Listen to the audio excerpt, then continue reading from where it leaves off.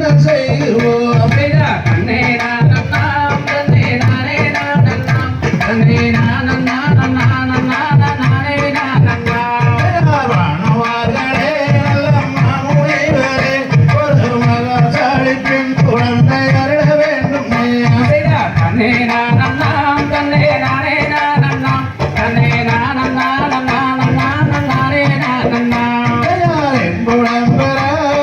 நம்பி ராசனே இப்போ எடுத்துரைக்க வேணும் இப்போ நம்பி